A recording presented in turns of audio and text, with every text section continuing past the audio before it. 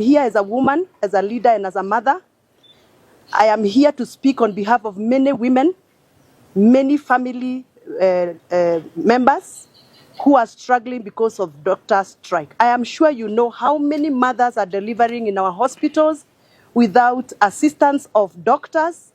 I'm sure you know how many patients are succumbing to cancer because of lack of doctors. I'm sure you know how many accident victims are abandoned and neglected in our hospitals because there are no doctors to even operate on them. I'm sure you know the economic stress that Kenyans are going through, and they cannot afford to sustain private hospitals' medication, and therefore we are losing thousands of Kenyans in homes abandoned because of lack of medical attention. This is something that as leaders, young leaders of Kenya, members of parliament who have conscience and who feel that they should speak for the people who elected them and trusted them, we have to keep speaking. We were here last week and we asked the government to actually think on strategies and approaches on how they are going to sort out doctor strike. It is very sad to hear that even the clinical officers want to join in this strike. It is very sad.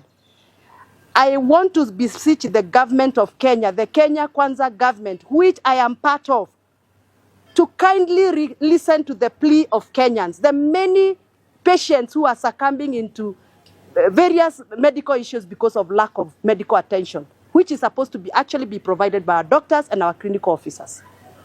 I also want to say this. Doctors are voters like any other voters of Kenya. And if we have to fight for voters of Kenya, doctors are part of those voters.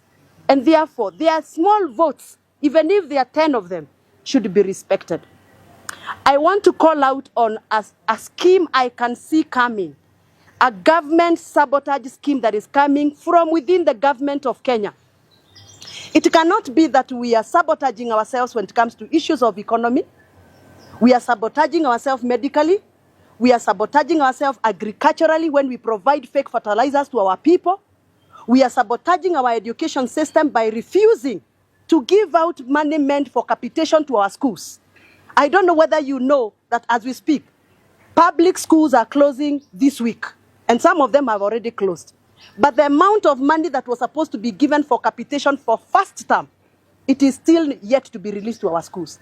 And the money that was released by the ministry, it was clearly labeled that that money is to be used for second term. So we are asking, where is the capitation money for first term? That is to mean any school that had debts between January and April, that school is going to start receiving auctioneers. And these are issues we are talking about of sabotage. Who is sabotaging the government of Kenya? I think this is time for us to start calling spade. A spoon is a spoon, a spade is a spade. A problem is a problem. I know you're wondering, why are these few members of parliament speaking? Because these are the people who have the conscience. We all swore to protect the constitution of Kenya. We all took an oath and vowed to fight for the rights of Kenyans enshrined in the Kenyan constitution. It is not right and it is not business as usual for us to see doctors in the street under the rains. We are seeing doctors striking the whole day, yet our mothers, our fathers, our young sons, our young daughters are agonizing in the corridors of our public hospital. It can never be business as usual. And therefore, we are still calling out the government saying, as team ground, hii ni team ground. Sisi hatutachoka kuitana wakati kuna mashida na kuna siasa ambazo zinaharibu maisha ya watu wa Kenya. Kama fertilizer ni mbaya, tunasema ni mbaya. Kama doctors wameachiliwa, tunasema wameachiliwa. Kama masomo haiendi kisawasawa, tunasema masomo haiendi kisawasawa. We are team ground. Our work is to listen to the ground and amplify the voices of the voiceless, the people who trusted us and trusted us with their votes. And that is why we are members of parliament today.